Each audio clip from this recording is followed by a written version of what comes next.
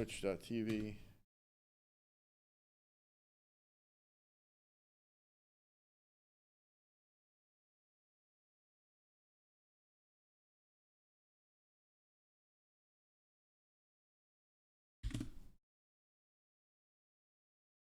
Right. Fine stills.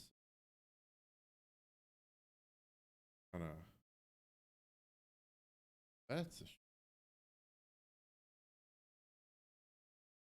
okay. We're live. And then I'm gonna transition. Hello, welcome to some Derps talking about games. I'm your co-host Mango, and I am your co-host, Buddy.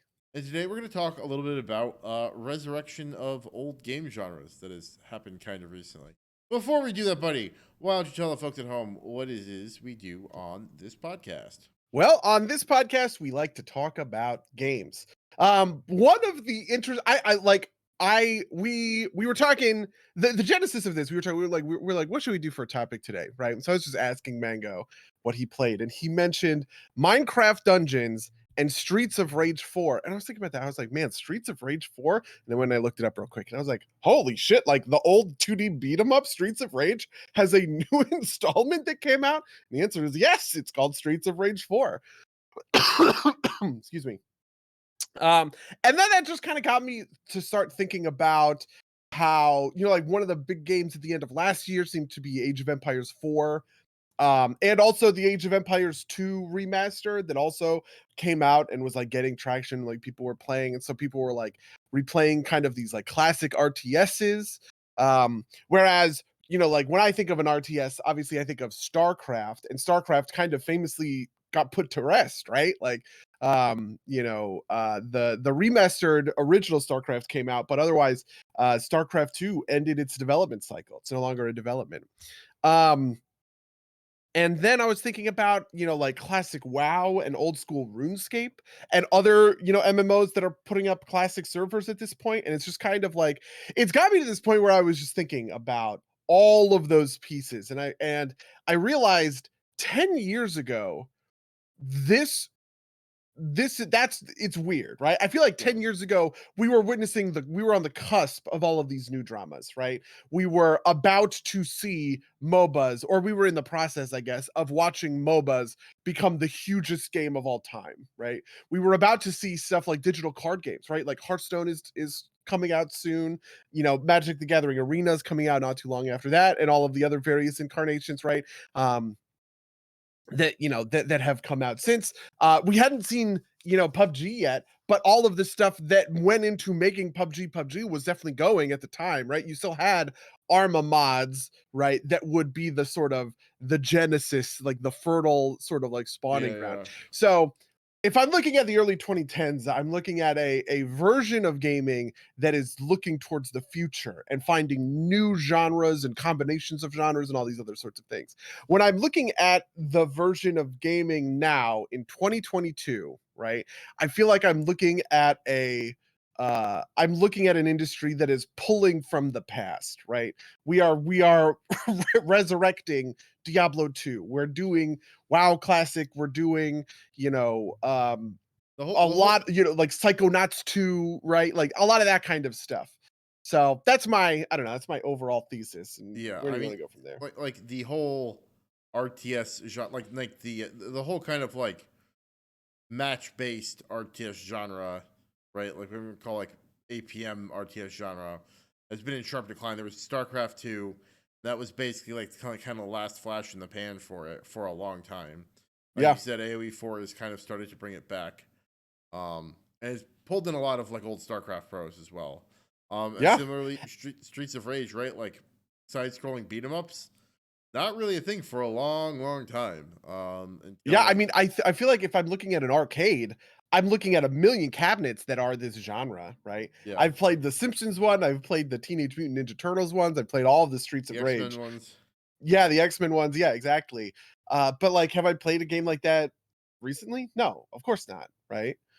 So, Streets of Rage is like the very interesting addition there for me. Yeah, Streets of Rage 4 is super fun too. So part of the reason, and this is maybe the alternate topic, is I had some friends over this weekend. We were playing a bunch of local co-op games. and that's where the Streets of like it was on Game Pass. Mhm. And it was like, what, I've heard good things. Let's boot it up, and it's super fucking fun. For a bunch of different reasons. One, it's like it's a little bit less cheap than kind of like the old side-scrolling beat 'em ups were like built around the arcade games, which were built around taking your money. So, like special moves drain your health. In this game, special moves drain your health, but you can get some of it back with like normal attacks. Like it gives you basically like great health effectively. Um, and the systems are relatively well done. It's got a lot of stylish to it. And then there's just like some dumb little things like there's like friendly fire on by default. And so the game quickly devolved into like beating your friends up so you could take the items on the ground, which is super fun. And led to like us falling apart on the last boss and being like, I can't do this anymore. But it's a super fun game, and it's kind of like it's very interesting because it's like kind of like the how do I want to put this, like the consolification, like the user, like basically they took the side scrolling beat 'em up and made it user friendly, which is not a thing it had ever been before. It had always been kind of like this piece of shit quarter muncher model. Mhm. And they did something new with it, which is just interesting. Like, I don't know. I'm curious as to why that genre died so hard, because it's kind of like an obvious genre, right? Like walk through things and beat things up. Whereas like RTS, I can understand why that kind of faded. Just because like the APM based RTS kind of faded because like it is just so skill based. And kind of like if you're getting into it competitively, it quickly becomes impenetrable to someone from the outside. Which Yeah, I maybe mean, that's what I think. I like StarCraft a lot, right? Obviously, but that's what eventually I think killed the genre, because eventually what happened is StarCraft just boiled itself down. It optimized itself down to this one individual question. Can you Do you have more APM than your opponent? If the answer is yes, you win. If the answer is no, you lose. Like that's kind of it, I right? think that's a little unfair, but I think that is like kind of like that helps. That kind of is part of the problem. Okay, yeah, that's true. I am certainly being reductive. Really, what I guess I'm saying is the difference between a bronze player and a plat player and a challenger player of StarCraft 2 is likely raw APM. That is more the point that I'm making, right? Okay, If you yeah, were to if you were to distill sort of the essence of what each of those levels of a StarCraft 2 player would be, the defining factor I think in that analysis would be APM. right. Or like the strongest correlating factor. Yeah, Yeah, yeah, I that's think really I'd what buy I'm getting that. at. Right. Yeah. And I there was a time when I had APM for that, like, and I was grinding, StarCraft ranked matches when I was in high school or whatever. I mean, this was obviously before StarCraft 2, which came out when we were in college. But I just feel like, then things were so, at least kind of in the way that we were playing at the time. They were just like not optimized to that point enough where I felt like even if I didn't have the incredible levels of ATM, I could outsmart an opponent with an interesting strategy, something like that, right? And that just kind of feels like it went away as the game got more and more refined for its esports based audience. Until you got to the point where matches are basically impenetrable because the minds of the players are moving so fucking fast, and you're trying to watch the screen, right? And you're trying to watch them move around the map and make maneuvers, but like the tactics and strategy are getting refined and executed in such a way that like the color casters basically can't keep up with it. And it's like, on one hand, I think that's that's kind of crazy and cool, because like watching people be incredibly technically proficient at a thing is also crazy and cool. But it's like, I don't know. It feels like that that the genre reached its natural lifespan, right? And kind of died a little bit, I guess is what I would say.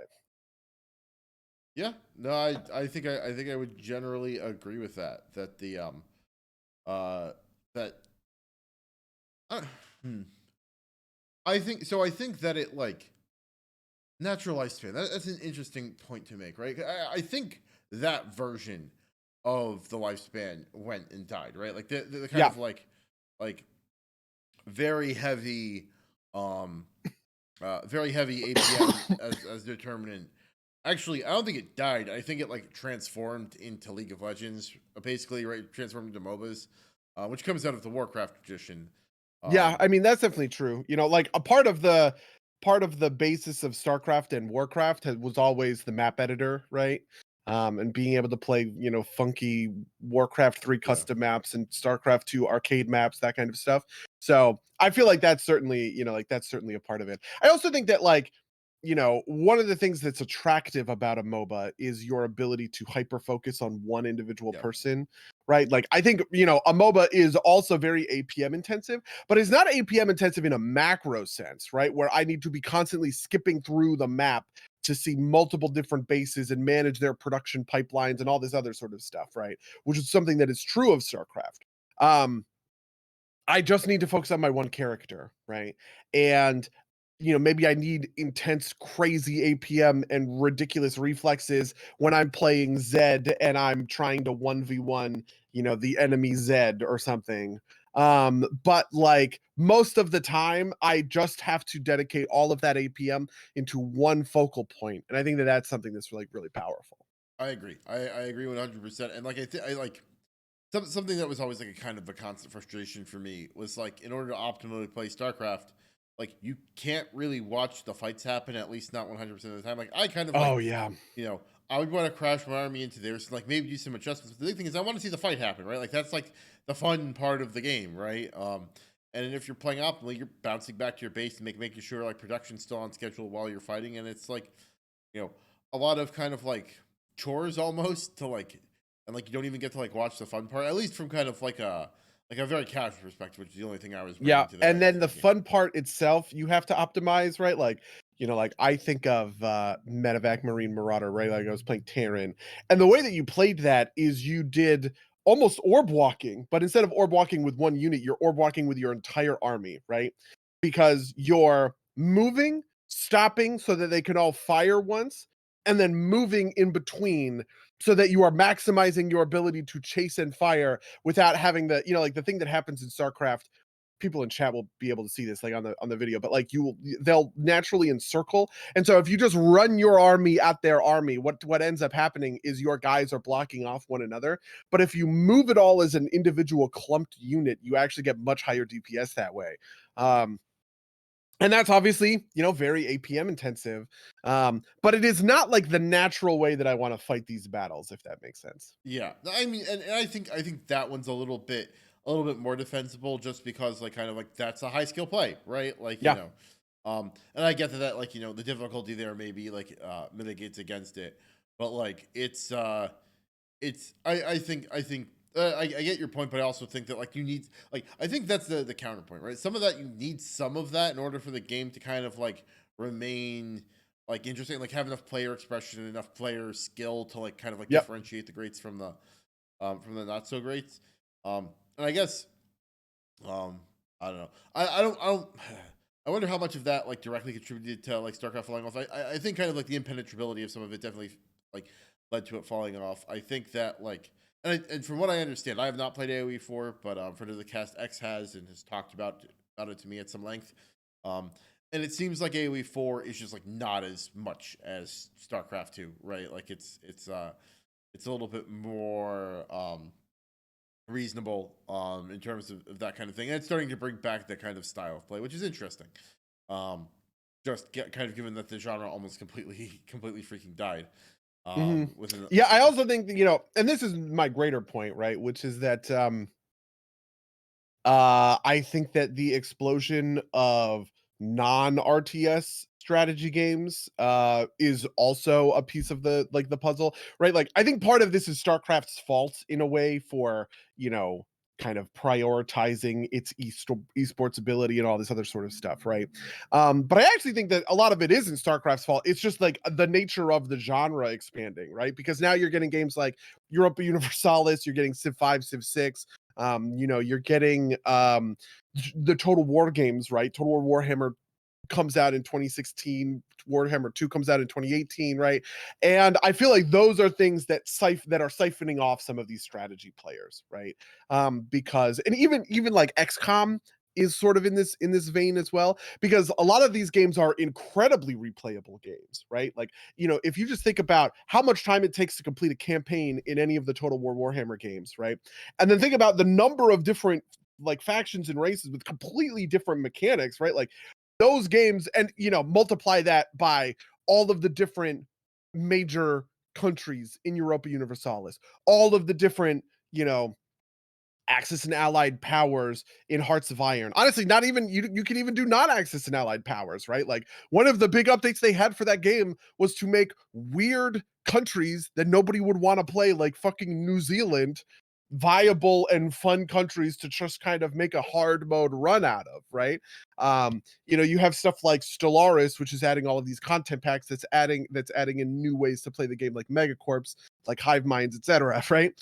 When you're faced with competition in your genre, right, that is offering just like that insane level of content to people, I feel like part of the issue is also just the evolution of the way strategy games changed from 2010 to 2020, if that makes sense. It does. It does to a certain extent, and they're different types of games. But I think the thing there is that they're not effectively multiplayer focused, right? Like Yeah. StarCraft had the story mode, but that was like not the main show ever, right? Like, I and loved those stories. God damn it, I know man, that you did, but like it's not, like I said, it's not the main show, right? Like the main show is the Yeah. multiplayer, and these strategy games that you're talking about. The multiplayer is not the main show, at least not in that way, like not in the competitive sense, right? Like, Absolutely. sure they have these multiplayer modes, but it's about kind of like the single player games were kind of like these, or like less competitive multiplayer, right? Like when we play CK2 and CK3, it's usually we're not at each other's throats, and it's like that's not the point. The point isn't to like kill the other player character, player people, Yep. human players. And I wonder how much of this kind of like coincides with the rise of streaming as a factor, right? Like, you can stream like before kind of like Twitch becomes like this crazy entity, right? Most of the stuff that you could see, right, that was either like streamed in like a very low, on like a very particularized way on like a dedicated site, or even like broadcast on television, or these competitive matches, right? Like you wouldn't get ESPN to like run Quiznos 123 CK3 stream, right? Because it's just kind of like whatever, right? But like now that Twitch exists, like those kinds of things become more viable, and you have less need to kind of push the esports angle, in order for it to like make some sort of broadcasting sense. Which is ironic because I think StarCraft is one of the biggest games that was on the original, not even just Twitch, right? Twitch was one, but there was also Own 3D. There were a couple of different ones. Justin TV was another one. And I think a lot of those early streamers were, were competitive like StarCraft kinds of people, right? Like Destiny, for instance, now is a completely unrelated streamer. I don't politics streamer, right? Yeah, he's like a politics streamer, right? But like he started as a StarCraft streamer, right? And I think that there are a lot of people who are like that, right? League of Legends streamers who started as StarCraft streamers. Hearthstone, Trump was a StarCraft streamer before he became a Hearthstone streamer, right? Like I feel like that's like a very common sort of progression for a lot of streamers to have gotten their start in a game like StarCraft and then transitioned out into into something else, whether that's Total War, whether that's Crusader Kings, whether that's whatever. Yeah, basically it's something that's like more based around like audience interaction than around like pure skill display, right? Like I think some of the purest gaming streams that are still out there are probably like fighting game tournaments and whatnot, and other tournaments as well. But fighting games is like seems to be one of the few things where like they're still like purely running sets, and like it's not the most popular genre, right? What's the most popular game on Twitch right now? Because it's the most popular stream certainly isn't this one. But let's It's probably like one of like League or Fortnite or Apex. So it's Fortnite per game, Fortnite and Minecraft, and Valorant it looks like, and then just chatting, which is where we are. Yeah. I don't know. I think it's kind of like comes down to like the friendlyification, as it were, of of streaming, right? It's much less about like it's much less about like displays of skill and more about kind of like what's the word what's the word for like the not real friendships, Parasocial relationships. parasocial, right? Not parasitic, Yeah. parasocial. That is exactly like parasocial relationships or parasocial relationship stream. I think is the uh is kind of like what the quote unquote Twitch meta is right now. I think Yeah. that's kind of like where everything was going towards. It's like just talking with. Yeah, something that happens pretty commonly on Twitch is you'll have the sort of like top 10, which will be, like 9 of them are going to be mainstays, right? Grand Theft Auto 5, League of Legends, Fortnite, Valorant, Minecraft, Counter-Strike, right? Call of Duty. Those, it makes sense. Those guys are in the top 10. Then you have the one that is like flavor of the month, right? Right now, this is Pokemon Legends Arceus, right? It just came out a couple of days ago. It's an open world Pokemon RPG. This is probably not going to last that long, right? But a lot of the times other, like other Nintendo, like Animal Crossing will be in there, right? Or if a Mario game is coming out, it might be in there, or just like any one of these excuse me, any one of these kind of like flash in the pan games that have sort of a lifetime, right? You play them for 60 hours, you put them down, kind of thing. So yeah, I feel like that's sort of what I expect in a way. Yeah. But let's kind of bring it back to our kind of core topic here, right? Like, with that kind of comes to the death of some of these more competitive genres. But that's not like the only genre that we've identified here, right? Like, I'm curious kind of about maybe doing the same kind of like deep dive on what's it on like something like the beat 'em up genre, right? Because like Okay. that makes much less sense to me as to why that went away. For So so here's my long. first thought, which is that I think couch co-op had a small lull between the arcade days, right? And what would end up being sort of like the 90s, and into like console gaming in the future, right? So here's what I'm thinking, right? The arcades, early 80s, kind of into the late 80s. Then you have the NES, right? And the SNES, both of which have 2 controllers, and you do a little bit of co-op, right? And I bet, Streets of Rage or whatever, I bet those had a port, and they did fine, I guess. Right. Um but my guess is that, like, there's something about playing something like Streets of Rage with 4 people, right? Like having a bigger group than that. And obviously on the NES, you can only have 2 people. On the SNES, you can only have 2 people. And that's more or less true until you get up into the N64, right? Which is like the first real platform era where now it's 4 people, right? Um, and the N64 lasts for a generation until you get into the Xbox PS2 generation, and the Xbox brings Xbox Live, and now all of a sudden the whole dynamic for co-op completely changes, and we're not doing couch co-op anymore. We're doing online. We're doing Halo 2, that, like that kind of thing, right? And so to me, the linearity is based on this co-op line. You have 4 players in the arcade doing couch co-op. That makes sense. Then it goes down to 2 players being able to do co-op. Well, it's maybe not as good as it used to be. You can't be in a big, like a big group anymore, right? Then we go back into the 4-player couch co-op phase, but now it is no longer co-op, it's couch PvP essentially, right? You have Smash Brothers, you have Mario Kart, you have GoldenEye. These are all PvP games, right? These are all me fighting my friends or whatever, right? And then from there, you go into online Xbox Live, right? PlayStation 2 online matches against other people, where I am doing fully online PvP. And I feel like it has only gone, the pendulum has been swinging back towards that couch PvP base for kind of a while now, right? Like you have stuff like Overcooked. You have a couple of these other sorts of games that came out specifically with the pandemic. It felt like where people were kind of getting back into getting into that stuff. Also, for what it's worth, the SNES had the multi-tap for 4-player games. I played so much Super Bomberman. I did not know about that game, and I also did not know that was true of the SNES.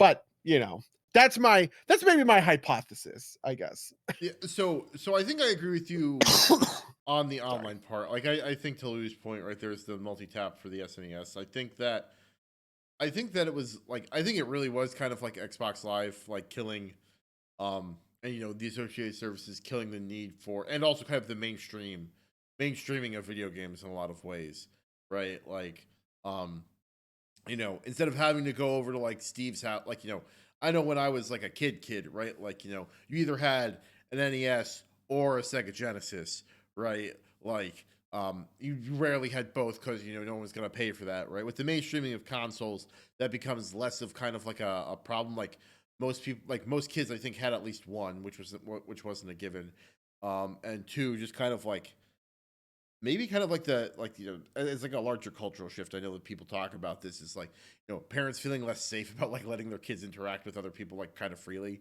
um but I think I'd pin the couch co-op thing a little bit more on the online services specifically, but I still don't think that speaks to exactly why Streets of Rage, as like the beat 'em up genre kind of died, because like I think maybe that's like best experience in a couch co-op, but there's no reason that can't be an online multiplayer experience. Right? Like Streets of Rage 4 has an online ability to play that way if you want to. Um, so I just like because like we were talking about with StarCraft, right? There's a very genre specific reason why that died, and that is because the high skill became less interesting and less of a selling point, right? And less kind of like relatable to individual players. Like the pure high skill, otherwise kind of like indecipherable version of StarCraft. Um, uh, but I don't see that exactly happening with Streets of Rage, and maybe that can just be boiled down to the fact that like no one bothered to try and figure out how to balance them to not be like quarter munchers, right? Like because like that was like I can tell you that those like early versions, like early port versions of those games, and kind of even the ones that were exclusively designed for consoles, like this is like I think part of the Nintendo hard thing, with like these very punishing games that would have made sense in an arcade setting because they wanted to eat your quarters. Um, or just kind of like that level of difficulty fell off as like a thing. I guess no one tried, like people made, or Nintendo made um Mario games significantly like they lined them up to be like less punishing and to be like more kind of like platformers that you could play as like an experience rather than kind of like Mhm. a thing like an adaptation of an arcade model. But no one seemed to do that with the kind of side-scrolling beat 'em up genre, right? Like there was Castle Crashers, and that was like it for like there was like 10 years of nothing, and then Castle Crashers, and another 10 years till we hit Streets of Rage 4, which is hyperbolic, but like a pretty, or like seems to my mind at least, is like a fairly accurate representation of what actually happened. And I don't quite know why.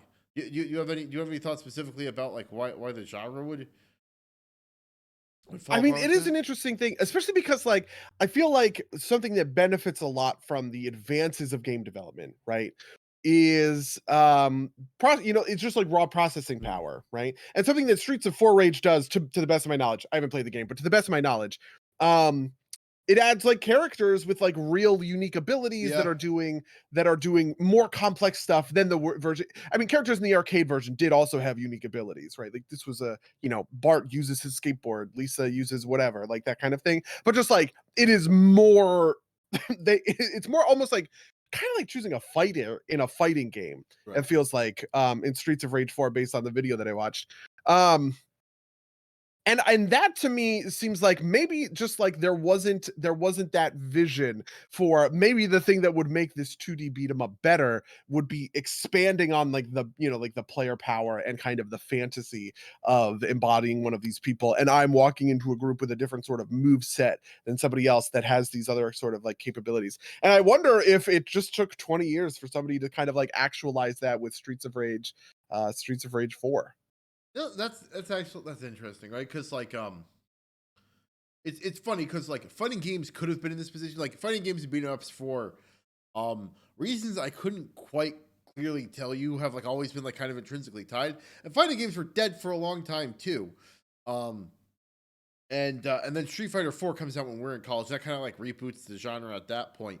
and it's kind of been like steadily growing since. But I think part of that is Street Fighter 4 was more approachable, and like kind of like every kind of like new reboot of all the big franchises, right? Like Strive, right, is a much more approachable than kind of than Guilty Gear Xrd, which is like its direct prequel. And I wonder if this kind of like gets into that theming, right? Like of a more approachable version of the game gets made at this point in time, right? Because like again, now that I think about it, right, like even Streets of Rage 4 wasn't like esports material. It was a very or Streets of Rage, like the base games were, like I said, very hard on purpose to eat your quarters, but like it took someone 10 years to figure out how to make an RTS a little bit less obtuse than that. Maybe the same Okay, thing so just this happened. is interesting. Lou says in the chat, Gauntlet would like to speak with you, which I don't think of those as being in the same genre, but they kind of are, huh? Yeah, Right? Like, but Gauntlet, I mean, Gauntlet's not 2D, right? it is, or it depends on the version, but I think most of them were. Also, I don't know if Gauntlet had Well, they're entries. isometric, right? Am I remembering this wrong? I've not played a The Gauntlet game in a the long originals time. were isometric, but like the GameCube version was like 3D, but maybe like forced isometric, if that makes Okay, sense. yeah. So Gauntlet Legends, this is the one I was thinking of, which is from 1999, was an isometric game. Yeah. So yeah, that's interesting because I do think that there's a certain lineage there also that's like for instance, Marvel Ultimate Alliance is also isometric, but it is a beat 'em up, right? So it's like, how much does the 2D versus the isometric kind of matter in those in that way. Especially because part of it is, well, it's interesting. Part of this is that Gauntlet, like Gauntlet gets an entry in 2001, 2007, and 2014, right? Like Mhm. it's not exactly and they're not exactly selling gangbusters, right? Like, so I get what you're saying, Lou. Um, but I don't know if they like really successfully broke into the modern age, right? Like it seems like they kind of, Well, you know, see, okay, at what point is that like I feel like Gauntlet is more like Diablo than it is like Streets of Rage, right? I think it's kind of like halfway between, but I see what you're saying. Yeah. I mean, one of the things about Diablo, I feel like Diablo is meant to be sort of soloed Mhm. more, I guess, compared to Gauntlet, which is very much built to be a team-based co-op experience, right? Um, Lou says the point was more that they did try to do different classes and abilities. And that's true, oh, right? I see. Yeah, that definitely makes sense, right? I do think Gauntlet had the sort of the classes and abilities thing down in the 90s, before Streets of Rage would pick it up kind of like later down the line. I also think that Castle Crashers might be a good example of this. I bet that there are other sort of like indie versions. Right, but I did mention Castle Crashers, right? But like that was like the Yeah. only beat 'em up, right? Like, and also they didn't really do class differentiation, right? They were just like just colors, right? Yeah, it was just colors. So I guess yeah. Yeah. Huh. Interesting. Um. hmm. But yes. Um. I don't know. Maybe it's one of those things where like no one's inspired, and there's enough time that like there's something to grab onto. Because like Streets of Rage 4 is well reviewed, but it's also not like it's not like it's the game to play right now, right? Like, that's still fucking Fortnite because it will always be Fortnite, right? Uh, so do you have other game genres that kind of like fall into this kind of like have been dead for a while and are coming back? Um, So the other one that I'm thinking of is like old school RuneScape classic WoW, right? Like these classic MMOs. Like I feel like in a way classic WoW was um the breaking point here that really like kind of crashed through to make a new sort of experience for people, right? In terms of going back and thinking about this stuff, because we do know that there are other sort of like quote unquote classic servers and services. So for instance, Final Fantasy 11 hasn't been updated in a very long time, but those servers are still up. They never took them down, right? Final Fantasy 11 is still running. um and part of what makes that is the is sort of like the nostalgia factor, but I think part of it is real raw game design, right? Like I do there is some set of magic to that formula that is legitimately appealing and has been washed out over, like the course of years and years of iterations and updates on the genre that makes what we know now as retail WoW or Final Fantasy 14 incredibly different experiences than classic WoW or Final Fantasy 11, right? And so the resurgence of classic as an experience interests me, especially because, and I don't know much about this, right? But especially because it also happened right alongside old school RuneScape becoming like a huge deal, right? Old school RuneScape, I feel like, is more popular than, I mean, is there a modern version of RuneScape? I Yeah, don't even know. Yeah, that's why OSR became like a thing, right? Like, just because I think they did like an updated version of RuneScape that people like didn't latch onto as much. Um, and I feel like I see what you're saying there, and I feel like beyond kind of like blind nostalgia bait, which we've talked about, like, you know, like we've given credence to the idea that like maybe the devs are right when they say you don't actually want classic WoW type of deal. I think part of the thing there is that like in modern MMOs, like standing off the edges of like the kind of like the rougher parts of the player experience, kind of unintentionally shaved off a lot of what I would call like the community building experience, or like the server building experience, right? But yeah, making it easier to queue into a queue into it, like being able to queue into a dungeon and do that cross server, and play with, never playing with the same pickup group twice type of deal, right? Like you don't build those reputations, right? Like spending 45 minutes finding a group to run a dungeon wasn't exactly fun, but it did kind of it allowed you to familiarize yourself with the people you were playing with. Like if you had like 3 of the 5 people you needed for the dungeon, you could talk to those people. You see the same people like talking in chat, and you generate a server reputation type of deal. And those things kind of went away with the new improvements, which are probably on balance better for the play experience, but worse for kind of like that magical community experience, which is I think what people really wanted to pull back out of Classical. That was the thing they were really missing. And I don't know if they've actually gotten that back yet or not. Like if Classical actually does that, but the interesting thing is that now people are asking for server merges in classic WoW because something else that's true is people don't want the modern sort of PvP MMO, it seems like, anymore, right? Like there was this idea in classic WoW that you were going to roll on a server, right? And you're going to roll on the server your friends rolled on, right? One of your friends chooses a server, they choose Dune Mall, and you're going to roll on Dune Mall because that's where they are and you want to play with your friends, right? There's no ability to like do cross servers shenanigans, right? But now we have a much more sophisticated understanding of like the greater infrastructure than we do back then, right? I didn't know about any other servers when I chose Dune Mall. I chose Dune Mall because that was the server that we played on. That was it, right? Um, and what ended up happening was as we got more advanced in understanding servers now, so like in retail WoW, different servers have different identities, right? Illidan, Area 52, and Tichondrius are the most active and most hardcore servers for US players, right? Bartholus is an Oceania server, right? So if you're paired with somebody from Bartholus, they are from they're from like Australia, right? Azralan and Ragnaros are Brazilian servers, right? So if you pick up players from those two, and these have server identities to them, right? People will say no Ragnaros players because they are prejudiced against people from that server from having bad experiences with people from that server, right? Which, by the way, I would say is racist and wrong, but whatever. And the flip side of this is that when you introduce the hard faction lock of classic and you have a PvP, like a world PvP focus, right? What you end up getting is people don't want that, right?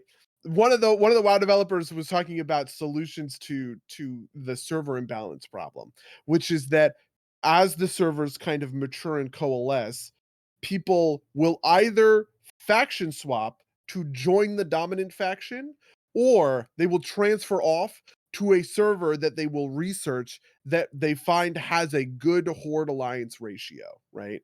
Because what they want is they want to see red nameplates out in the world that they can kill, but they never want to be on the receiving end of that equation, right? And so what you get is the servers will slowly taper off until it is, the horde community is gigantic and the alliance community is tiny, or vice versa, right? And so the solutions that players have proposed to do this is to create server merges, right? Where they merge, you take an alliance server, you take a horde server, and you smush them together. Obviously, there's a million other problems with this, right? There's no way that is an efficient or correct solution, right? But it's it's what it's what the community wants and is looking for.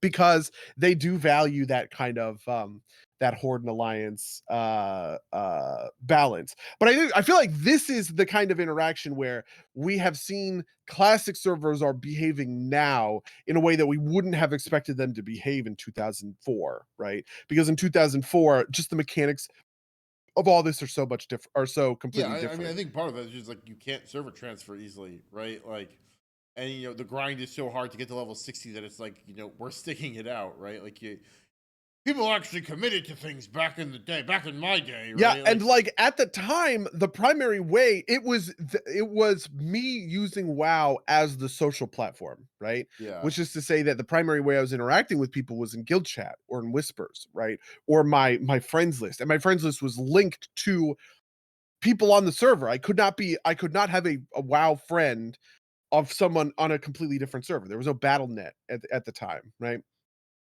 But now so much of that has actually fallen out of the game, right? Where if I'm doing stuff with a guild, I'm doing that in Discord, right? Or I'm using Battle.net stuff, right? And my Battle.net friends list has all of these people on all of these different servers that I can like whisper and talk to at any time. And so when you kind of pull that social element out, you're getting rid of some of the glue and the adhesion that would bind someone to a server, which makes it pretty easy to faction swap, right? You get a whole guild, you say, hey, everybody, we're paying $25 each. We're going over to Benedictus because it's it's majority whatever, or we're doing whatever the yeah, kind of the case may be, because people are mad that they're getting ganked when they're doing their dailies.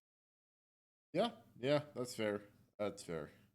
But I do think that the flip case of this is also true. So that's kind of the negative side, right? But the positive side is I think standing off the edges does have a legitimate kind of like charm to it.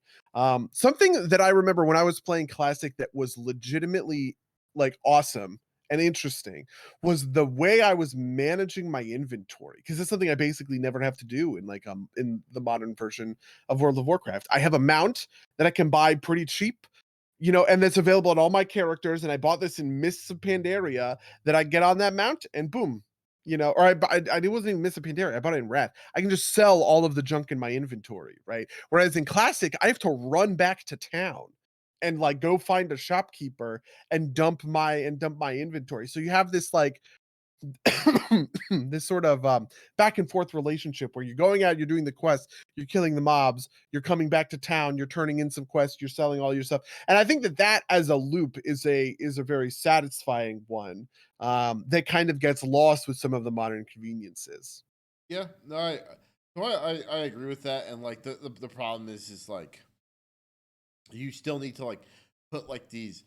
You effectively want to like pull at the same time on it. So by making it more convenient to sell things, you just kind of have to like inflate the prices of things essentially, Yep. right? Like gold inflation is like a huge thing that like happened as WoW got older. Um, And counterintuitively, it also makes the problem worse because it goes back in time and makes those mounts incredibly affordable, right? yeah, If I'm a new player and I get to level 60, I guarantee you that day I can farm enough gold to go to Northrend Dalaran and buy the repair mount, right? Off of the person for 12,000 gold, because it's just that easy. I do my 3 covenant callings, and I'm halfway there, right? Which is like 45 minutes of play. yeah, So, if that much. yeah. And it's and I learned this terminology that I think is the greatest, which I call a toothpaste problem, which a friend of mine used to describe you can't put toothpaste back in the tube. Once you squeeze it, it's out there, and this stuff with mounts is a toothpaste problem, right? You can't put it back in the tube. You can't tell people, well, we're getting rid of, we're getting rid of this mount that that you bought and that you've been using.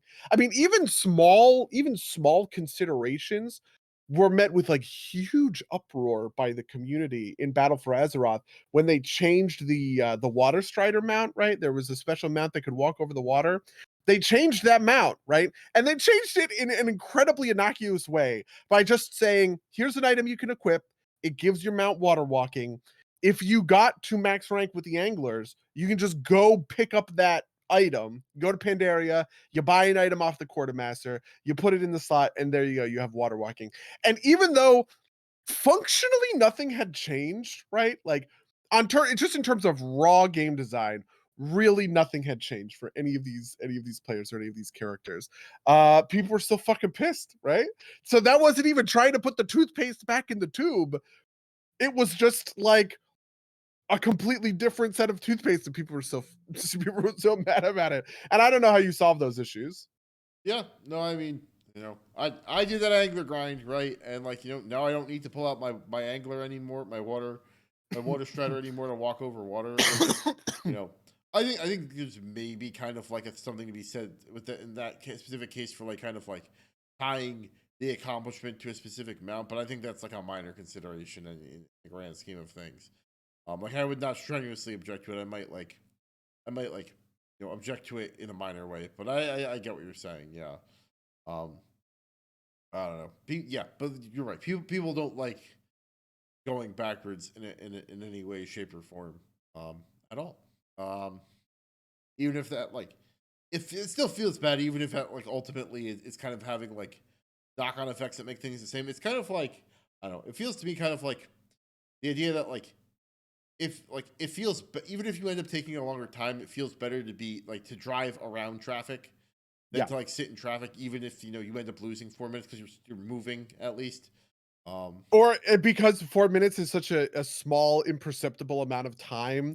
This actually, I lived this life when I was working. When I was working at Square Enix, I really optimized my commute home such that I could read the traffic on the highway to figure out which exit it was most efficient for me to get off and like drive around in order to save three to 5 minutes, basically.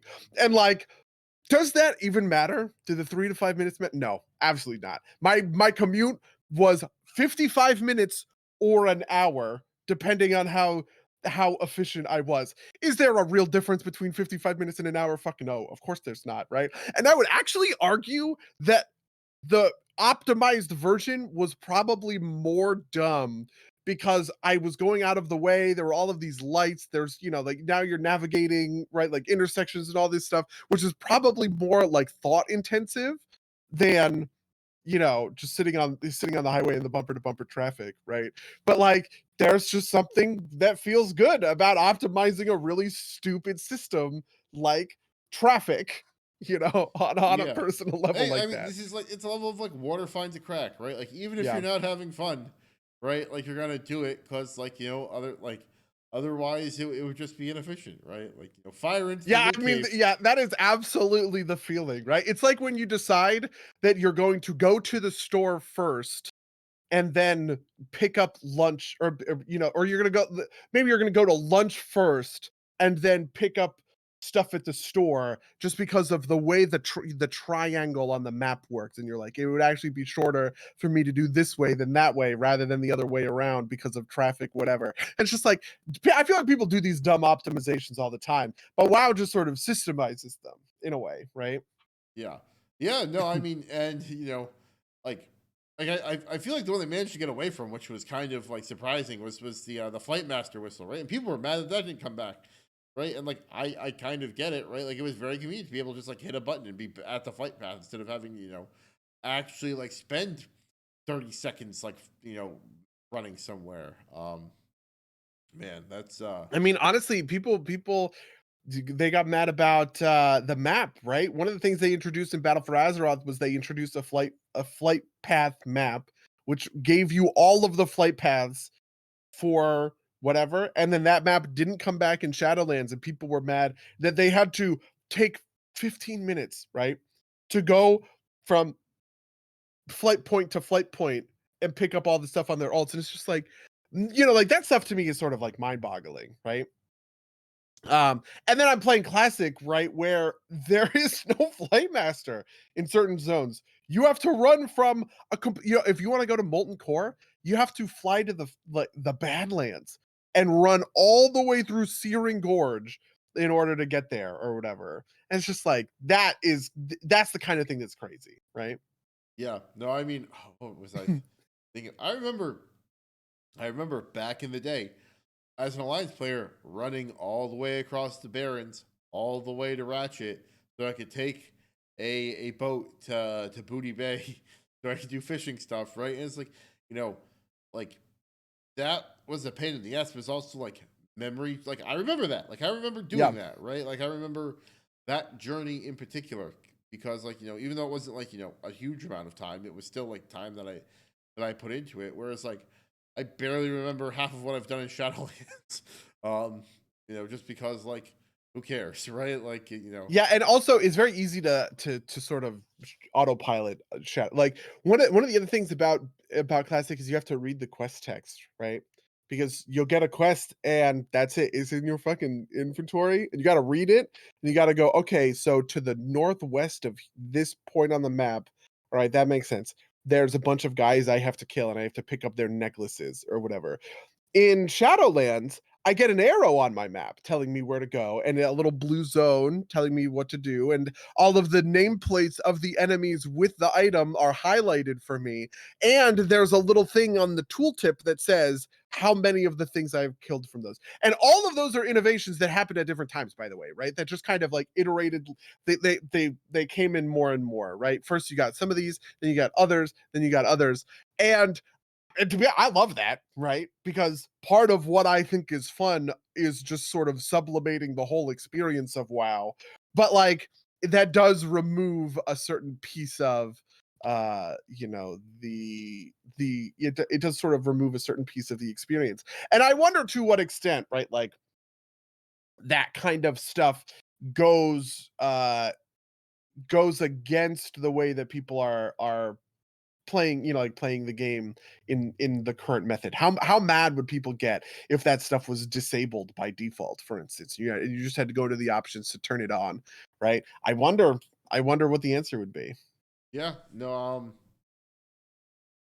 yeah, I mean, and I think ultimately those things are like for the better, right? Like, Yep. I can't like, yes, it meant that like I spent like, I didn't develop these kind of like secondary effect, like, these secondary like community building effects or whatever. But like, I remember like, I always remember the worst ones were like when you had to get like two of something because it made you kill like 70 of them before like one dropped, right? Like there's Oh like my god. Okay. We were doing those when we were playing our hardcore characters in classic season of mastery, and you have to get one for every single person in the party, right? Like you don't have to kill 7 wolves to get 2 bones. You have to kill 35 wolves to get 10 bones because every member of the party has to get 2 of them, right? And this is one of the crazy parts. It was only in Mists of Pandaria where they made the change where when you are in a party with somebody else and you both kill a thing, you both loot that item. yeah, yeah. That's honestly kind of like and when did they do the tagging thing? Because that was even later, right? The tagging thing? Well, because back in classic, if like I like you would run around and try and like hit enemies Right. that way. That would because like if somebody else killed them, it didn't matter. They wouldn't get any credit for them, right? Like That's true. Yeah, I don't know when they did that change. because I remember that was like it was a big deal. If you were like a single target class, like it's like the mage was running around like tagging everything with the fucking like AOE's like fuck you, right? Like I want to Yeah. get I need to do some of this, right? Like Yeah, and I wonder how much of that is reflected in sort of like class design and stuff like that. Well, like one of the interesting things we've seen about Classic is that first of all, it's been out for 3 years, right? So it now has its own development cycle, and they released Classic: The Burning Crusade with some changes, right? We went from a point where it was hashtag no changes, while Classic was having no changes whatsoever. Okay, fair enough, right? We did the no changes experience.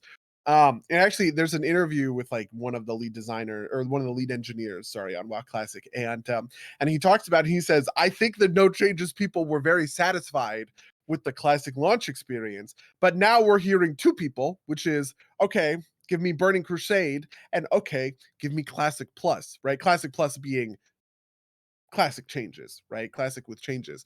So Season of Mastery is coming out where, for Season of Mastery, you have pretty big changes, right? There are changes to the dungeons to make it so that mages can't cheese them anymore. There are changes to boss mechanics where now bosses are, you can't just like roll over them anymore. There's no more world buffs for the quote unquote world buff meta, which apparently I did not know that this was controversial. People think the world buff meta was good actually. What's the world buff meta? So one of the features of the old version of Classic, right, is that you could get world buffs from doing certain things, right? So for instance, you would kill Nefarian and bring his head to Orgrimmar, and everyone in Orgrimmar at the time of the kill would get a 2-hour like 15% attack power buff, something like that, right? And there were multiple of these. There was one for Nefarian, one for Onyxia, one for all three of the bosses in Dire Maul. There's a ton of these, basically, right? And the meta was in WoW Classic, whatever you were progging at the time, progging, whatever raid you were progging at the time, you would go get this quest and turn it in right at the time that you were about to go to the raid, because it would pop the thing, everybody would get the buff, and then you would all go into the raid with these like huge 2-hour buffs, and you just fucking stomp everything. It was just a complete joke, right? And there was this question of, should they disallow this? Obviously never happened in the true version of Classic, right? Not a thing in the real version of Classic. And the question was, do you disallow this, right? Like, do you disable this stuff? And the answer was no. Apparently there were enough people who actually enjoyed it as a means of raid prep, I guess. Like they would go out and they would do all of these, these specific runs, and you had to, at a certain point, you had to start managing alts, because a character can only complete a quest once, right? Yeah. So if you have a 40-man raid group, right, if you complete Nefarian, if let's say you have your 40-man raid group, everybody, you raid 2 nights a week, everybody in your raid group 20 weeks later, right, half a year later, now has completed the quest, and you have to start managing alts doing that, right? Where somebody says, "Oh, my alt hasn't completed it yet, so we got to do it on him, right? We got to do it on this person, right?" And they liked managing the logistics of all of that and walking into the raids and just like absolutely destroying the bosses. um and so that stuff has gone away, right? Along with some other things, right? Like for instance, something that was purely a net code thing was you couldn't have more than 40 debuffs on a boss, just because the servers couldn't handle that, right? Right. Which was called the debuff limit, which has since been got done away with. But the debuff limit was a huge consideration because you have classes like warlocks, and druids and shadow priests. Like all of these different classes have, hunters putting serpent sting. You have rupture. You have rend from warriors, right? You just have all of this stuff that are debuffs that are going on the target, and that's just not enough debuffs to support all of them. So you can't take this kind of character in the raid because, well, we're gonna reach the debuff limit, and you're not gonna be able to put Shadow Word Pain on the target. I'm sorry, kind of thing. So like changes like that have been made. Um, and I wonder to what extent that'll happen with like the class-based changes as well, right? Like one of the things that I think made classic content easier is that they used the final patch of classic in terms of class design and abilities and talents, right? And that's after numerous like complete reworks of classic talent trees because they were awful, right? Famously, Holy Paladins had just incredibly bad talents, and they had to get like a complete rework from scratch to make Holy Paladins like a viable class, essentially. And I sort of wonder if a similar thing, is going to happen in the years down the line, right? What happens when Wrath comes out and there's a new version of Season of Mastery for the original classic players? What happens when we're 6 years out, we're on Warlords, maybe, I guess. Do people want to play that far? I don't know. I kind of do. We're on Warlords Classic. How much iterative change has hit classic vanilla classic by that point, right? Like, do they start redoing talents because warriors are incredibly broken? Warriors and rogues are like all of the DPS, basically. Like, the DPS charts are insanely out of whack because nobody understood just like the mechanics of the numbers behind them, and you can just optimize being a warrior or a rogue really easily. Are they going to start balancing for those kinds of things, making changes to talent trees, right? Like, I don't know. At what point are you like splitting off this parallel timeline where you have retail WoW that has been progressing every year for the last, 15 years, and you start making, changes to classic along those lines? Yeah, no, I mean the thing that popped into my head is priests had racial spells back in classic. I don't know if they kept that for this iteration, but um that was the thing that like went away. I want to say like Pandaria maybe, or maybe it was Wrath. You know off the top of your head? Breath, maybe. Okay. Yep. Yeah, because Devouring Plague, which is now like a Shadow Priest staple, right? It is the big spender for the Shadow Priest DPS. Was the original Forsaken priest ability. Yeah. Um, Because I think dwarves and humans had like desperate prayer, and I played a night elf at that point, and then we had like Starfall, like a weird racial spell to have. It was just like it was like interesting because it was cool, to have like this very specific thing, and for whatever reason, it was only on priests, if I remember correctly. Like no one else mhm. had this. Um, Yep, nobody else had that. and I thought that was neat, but I understand why they did away with it. But uh, yeah. Although I suppose none of that's important enough to like make like a change. I don't think anybody's gonna get mad about it, but yeah, interesting. But we're kind of at the end of the hour. You want to talk anything else about these kind of genre resurrections that have been happening? What else did I put in the I listed out a bunch of these, but what else did I think of? We talked about all of these. So another interesting one is Ghosts and Goblins, which I don't know very much about. I just know that they made a remaster that made a brief splash, which was Ghosts and Goblins Resurrection, in 2021. Ghosts and Goblins is famously an incredibly difficult game that was released by, Capcom for the arcade era. I feel like this one is mostly sort of like a novelty. Um but I do sort of wonder what the value is when it becomes pretty easy to, you know, re-export. Okay, to put this another way, one of the things that the film industry figured out in the DVD era is that you can get people to buy things multiple times by re-releasing and remastering and changing small things, reformatting them, right? You do the digital edition, then you do the collector's edition that has all the bonus content, then you do the founders edition that has the deleted scenes worked into the whatever, right? Like that kind of thing.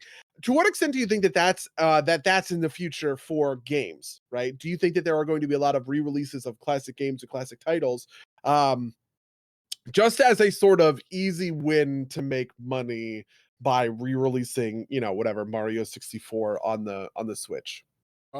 Yes, because we've already seen it happening, right? Like this kind of gets into like the re-release versus remaster kind of like um uh uh distinction, I guess. Because like there's some like or like versus like reboot, I guess, because like there have been games that get graphical updates, like, and specifically with like the Switch, right? There are a lot of games that like didn't sell a lot of copies on the Wii U because no one bought that system, um, that are just like being re-released on the Switch, right? Um, uh, and I think that like there's also opportunities to bundle it, right? Like both PlayStation and Nintendo have their kind of like classic re-release packs, right? Like or the services that let you play like classic games again. And companies do kind of like these like built-up packs of it. So I definitely think that those types of things are going to keep happening, even if they're just kind of like add-ons to other things. Um, how much so, I'm not sure. Like, obviously the big recent example was the GTA 3 remaster. That was like a complete and total shit show. Um, and like worse than like a modded version that people had done on their own. Um, but I definitely think that it's going to happen for some of these like MMOs are a little bit tougher to do just because like they require so much infrastructure. There's no reason to not say re-release, Super Mario Brothers till the end of time, right? Like in various and sundry versions. Hell, I think they re-released like Super Mario Brothers on the SNES, right? Like Yeah, um, I mean, maybe the answer is these re-releases have been happening, but they're just so kind of quiet that I haven't yeah, paid any attention to them, right? yeah. Maybe you can't play Super Mario 64 on the 64 on the Uh, did uh you know like they released a triple pack of Sunshine, I think Galaxy, and one other game, and then they were like it's only around until like April of last year. It was a big thing because it's like Switch? Wow, yeah, I yeah. just never heard of this. Yeah, I mean, it was a controversy because they're like, we're not going to sell it past this point, and you have to buy it now. It's like, well, fuck you, Nintendo, right? Like, there's literally no reason why you can't let us buy it, like 2 years from now. They're just trying to FOMO people into like actually buying the pack, um, but yeah, no, I think that like, I think so long as it like there's an interest there. I think that, like, and there's also kind of like interest in like some classic games that like don't have good successors in the modern day. I think that's like the more compelling version of this, right? Like, you know, um, like good old games has a fair number of these. Like, there's like Homeworld has like a new game that's like pretty decent, but like you're still not getting like the Homeworld 1 experience and the Homeworld 2 experience are significantly different enough that people might want to play those again. I'm Mhm. saying Homeworld in particular right now because Mandalore Gaming recently did a video on them. Or like Thief, right? Like the most recent Thief was like not well received at all. Um, and so there's like a market for the classic games. Same thing with Deus Ex, the original two Deus Exes. Um, and in some cases, it's not even like a re-release. It's just kind of like somebody hacks together like a package that are running modern systems, but with the same graphics, and throws it on GOG, and then somebody else comes up with like maybe a graphics pack if you want it type of deal. Um, Yeah. yeah.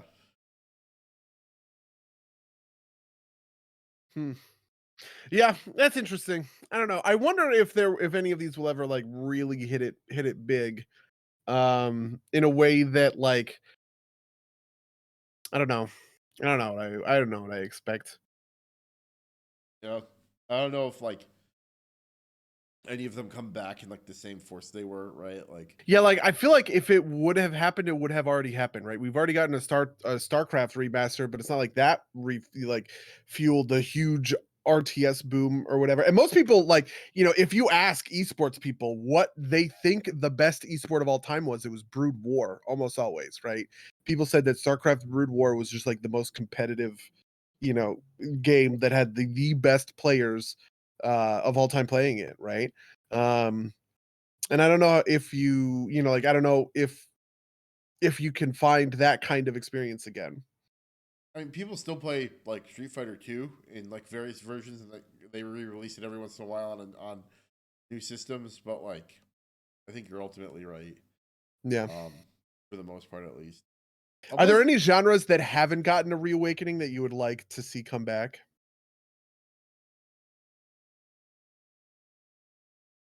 I don't know, just because like I can't think of any like the platformer genre is very healthy, right? I just don't know if there's any genre that I can think of that I would like that isn't around that I would want to come back. Um, like I wasn't a fan of like side scrolling beat 'em ups typically. I thought Streets of Rage 4 was pretty good. I'm not a fan of these kind of like RTS, APM RTS type games, right? Like I don't want to play AoE 4 ever. I realized, a long time ago that I don't actually like StarCraft, right? So I stopped playing it. Um uh but yeah, and what's an interesting version that we didn't talk about at all is like what has been doomed like or is like the doomed Doom is an example. What has been termed boomer shooters have made like an amazing comeback, and like arena shooters have made like an amazing comeback in the last few years. Yeah, Um, one of the things that I thought was dead forever was the infinite arsenal, right? Because with Halo and Call of Duty, right? Like the FPS norm became you only have two guns, you got to yeah, choose wisely, kind of thing, right? Or three or four, whatever the number is, right? Point is, you have a select number of guns, you cannot hold them all. But yeah, one of the mechanics to make a big comeback during the pandemic was an infinite arsenal where you could just get as many weird and kooky guns in there. And honestly, that's really weird and interesting. I kind of didn't expect it, and I sort of don't understand it, but yeah. No, I mean, I think people wanted the more kind of like fast paced, intense, like this is like basically what Doom 2016 is, right? yeah, Into Doom Eternal. It's kind of like the poster child for like high kinetic action. And each of your weapons is a different tool meant for a different situation, which is a truly a refinement of the genre, right? yeah, Like the old Infinite Arsenals were kind of like choose the way you kill this person, but like in Doom Eternal especially, like weapons have different roles and are more effective at different things.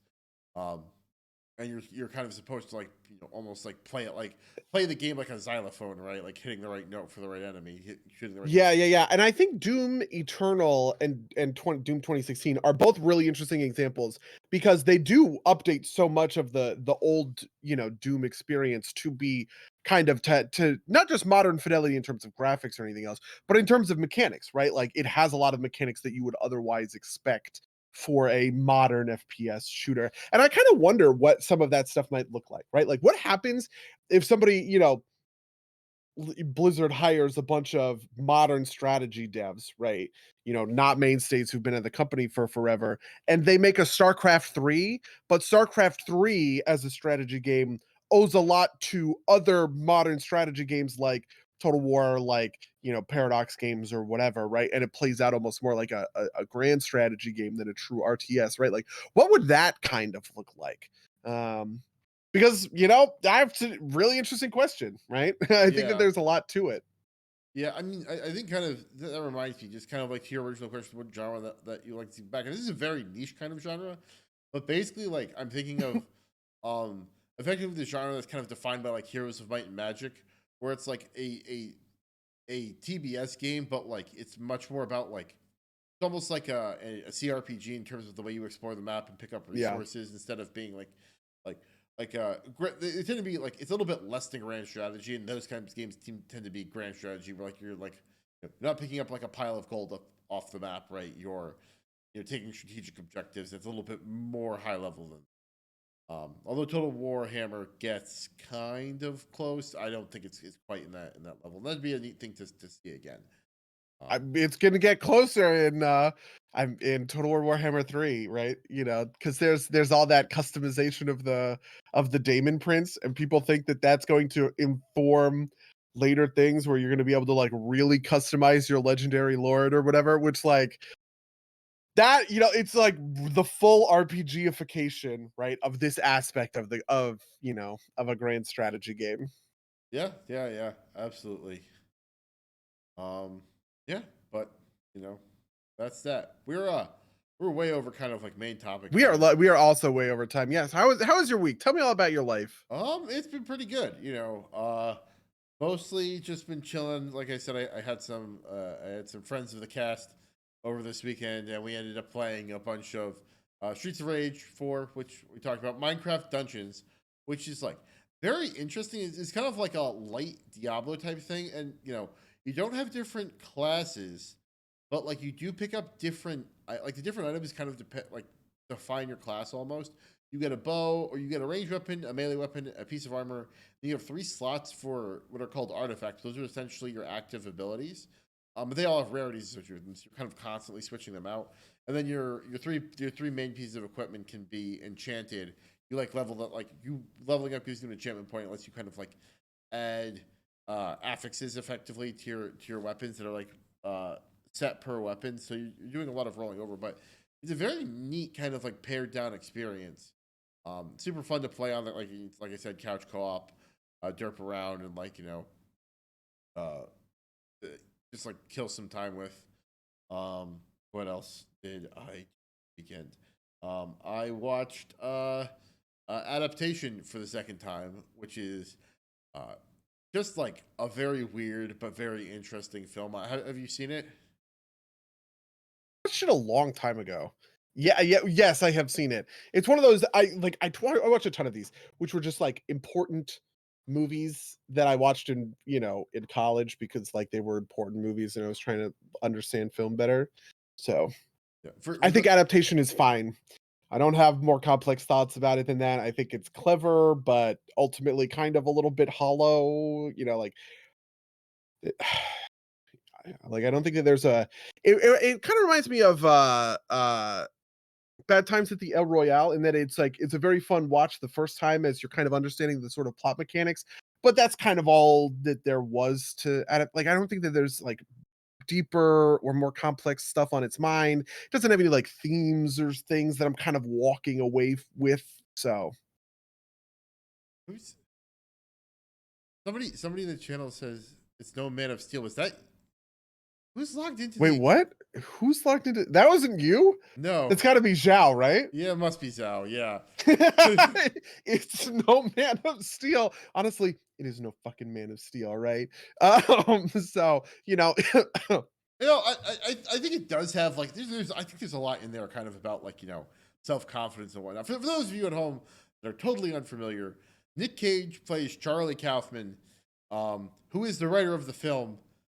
He was trying to adapt a book for as a movie, which is like actually how the movie came about. He was trying to adapt this book into a movie and like couldn't do it and get caught on it. And so in the movie, he's essentially starts writing the movie that you're watching, which is like a clever thing. Like it's a neat thing. It's a neat thing to watch. But there is a lot in there kind of about like Charlie Kaufman's like totalizing self doubt and like in it like and like sheer awkwardness that like really fucking kind of like um uh against you. Yeah, that was friend of the cast out typing on okay. as the broadcaster. Yeah, like, and I guess I'm ultimately a defender of adaptation because I do think navel gazy stuff can be good, and adaptation is very navel gazy, and it is very good. Um, but I just don't have any like deeper emotional connections, and it doesn't even like help me understand the genre better. So for instance, it's like a movie about movies. Maybe like The Disaster Artist is a good example of this, right? Which is like a film about the craft of filmmaking, right? And the heart of that movie is the old woman who has breast cancer. You plays the actress who has breast cancer or whatever in the movie The Room, right? And somebody asks her, he's like, you've got a husband, you've got kids, you drive all the way in here from San Bernardino every day, right? Like, why? And she's just like, because this is making movies is magical. And that's clearly the heart of the movie, right? The heart of the movie is that it's a magical experience to make a movie, even if it's fucking crazy, weird, bonked out of your mind movie like The Room, right? It is ultimately sort of reverential of the process. And so like I can at least connect with something like The Disaster Artist on that level. I don't really connect with the adaptation on that level, right? And I Definitely. don't think it really informs me or my understanding of how, I don't know, any of that stuff happens because it's kind of Because mostly about the writer, right? There's very little about the actual movie production, right? yeah, yeah, Oof. yeah. Um I, and I it is about like the art of adaptation, right? And like what a good adaptation is supposed to be in a weird way, right? Charlie Kaufman's own inability to make that happen is part of the text, but it's not like the heart of it, I guess. what's So something that occurs to me that I think would be super interesting, and this is kind of random, but I wonder what like Max Landis thinks of adaptation. I think that'd be an interesting take to hear. that Um, would be interesting. That would be interesting. since Max Landis is a screenwriter, effectively. Yeah, especially because I also think that he and a lot of other screenwriters like this, people underestimate the outlandish ideas that make like a writer, or any, an artist, right? Um, something that we're in prime leak season, right? Which is every year, every point in the patch cycle around this time, people start writing fake WoW leaks, right? And the fake WoW leaks never read authentically because people don't think about them like they think about. Nobody wants to write an authentic leak. They want to write a wish fulfillment leak, right? Like this Right. is what me, the player, wants. All of my pet peeves are personally answered. All of the things that I want to see player housing are in the game, right? But real expansions never look like that. And in the same way, real fucking movies never look like that, right? People say they want a Star Wars movie where yada yada yada happens. But if there is a Star Wars movie like that, it typically sucks. And the Star Wars movies you get are more bonkers than that. They're just weirder than that, right? And I feel like that's kind of universally true, and I feel like it would be true of Max Landis, right? All of his adaptations are always the more bonkers version of them than you would expect, right? Like, Yeah. All right. So one last big thing that I did with my week, just because it's amusing.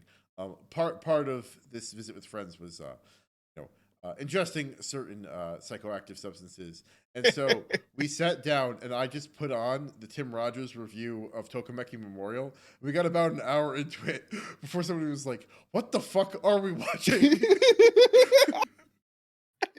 have you watched the Cyberpunk review yet? I have not. I have Are not. you gonna finish Cyberpunk? I am in a very weird spot where I feel like I'm sorry, I want to watch Cyberpunk, but I'm sorry, I want to watch the review, but I haven't beaten Cyberpunk and I don't know what's correct.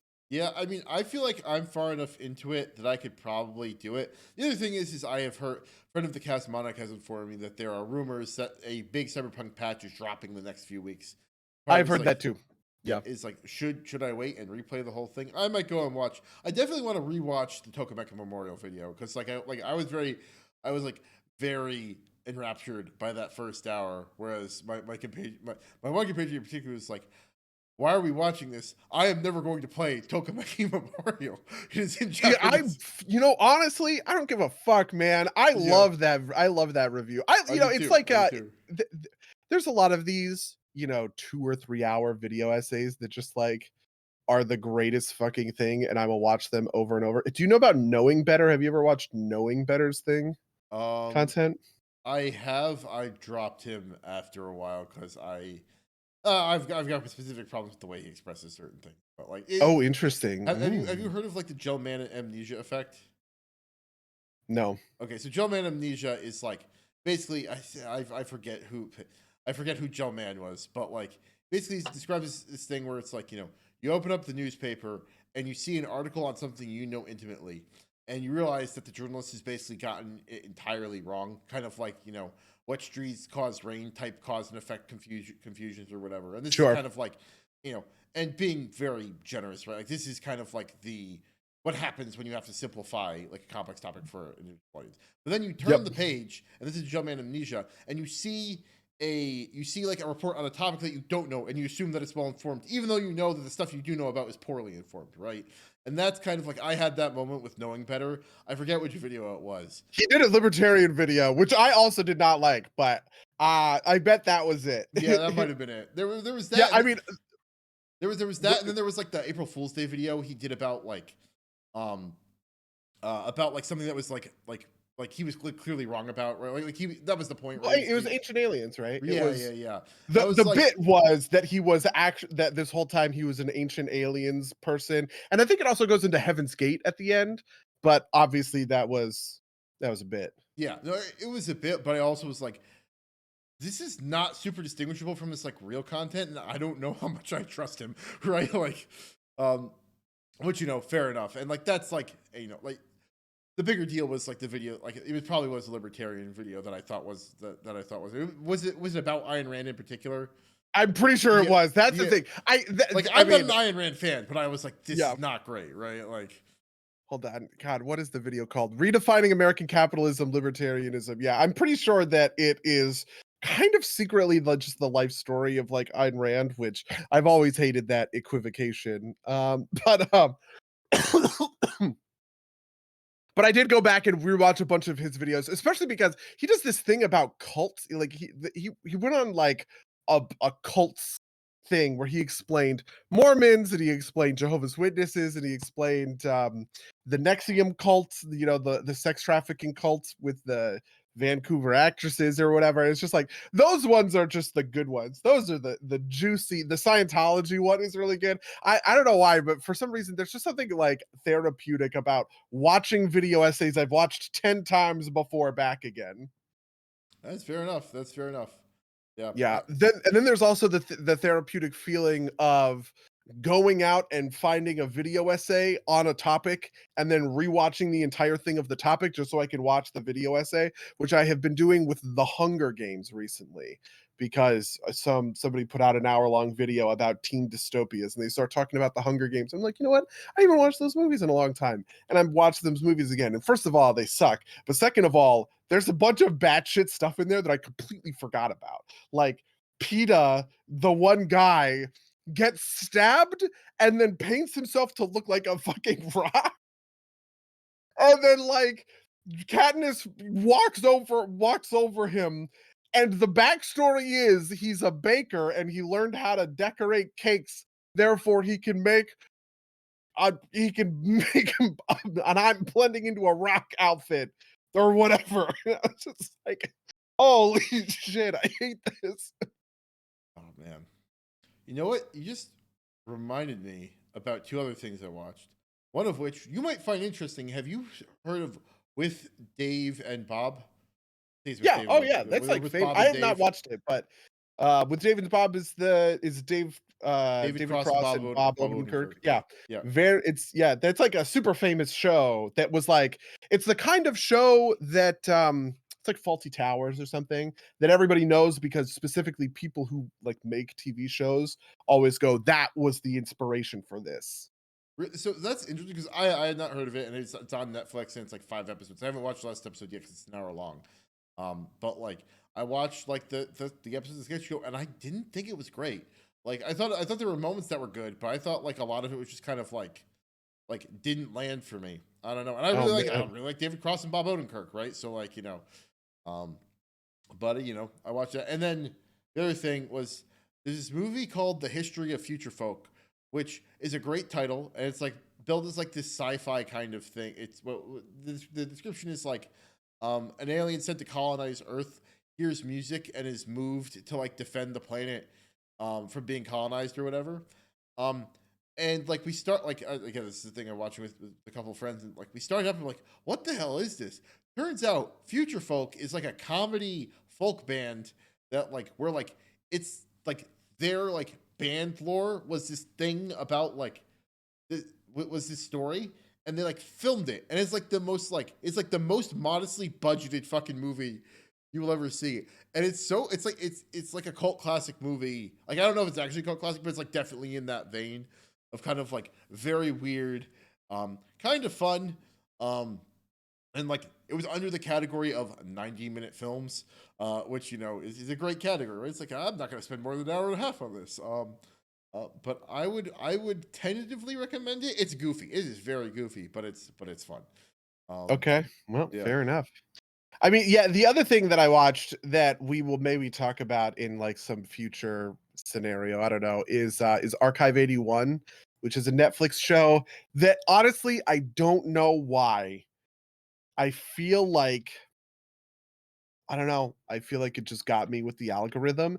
It has like this weird alien head statue as like the key art in Netflix, and I was just like, huh. And apparently it's a TV show made out of a podcast, like a Welcome to Night Vale sort of horror podcast. And I started watching it and I was just enraptured.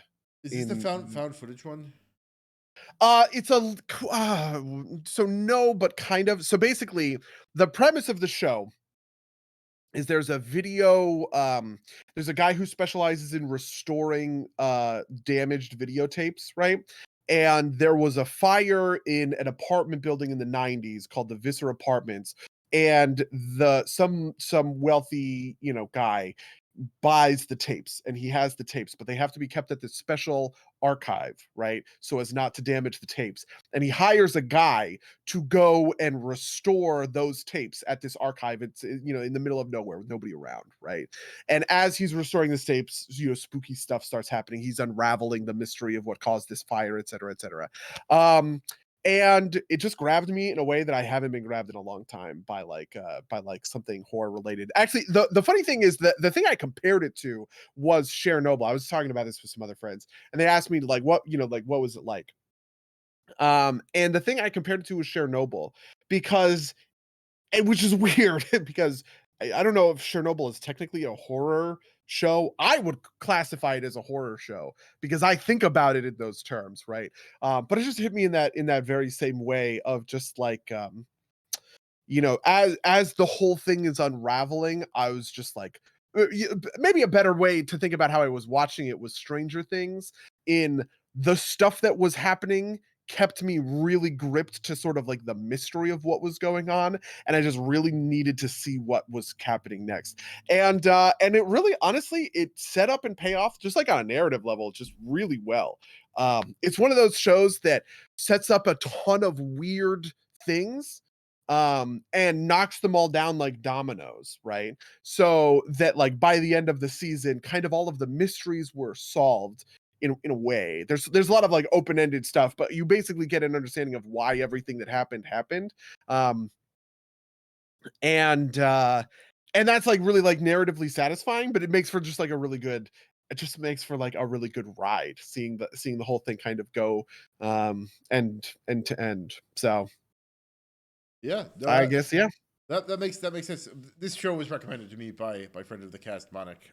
Oh, interesting. So Yeah, so I was gonna pitch maybe that we do an episode on it. because I made the same connection to Welcome to Night Vale, but also Welcome to Night Vale is like a humorous more than it is like. Yeah, so Archive 81, the podcast, my understanding is the Archive 81 podcast is different. It's fundamentally similar, right? But the podcast is truly found footage in that it is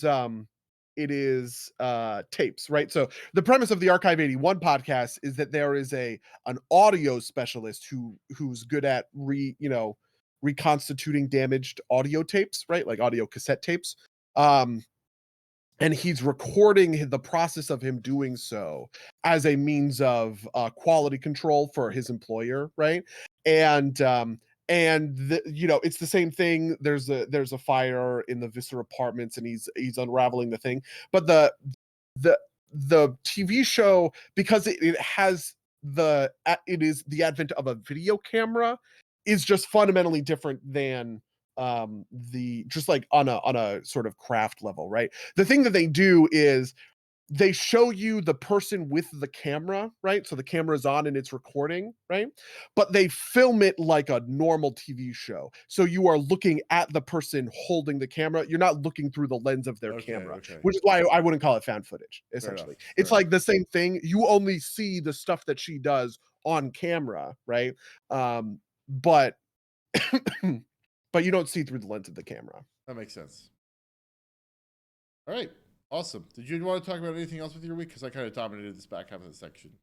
I guess I don't. I guess I do not. All right, well, with that, then I'm going to say it's time to wrap it up then. If you have any thoughts you'd like to share with us about any of the things we talked about in this podcast, you can email us at derpsgames@gmail.com or podcast@derpsgames.com.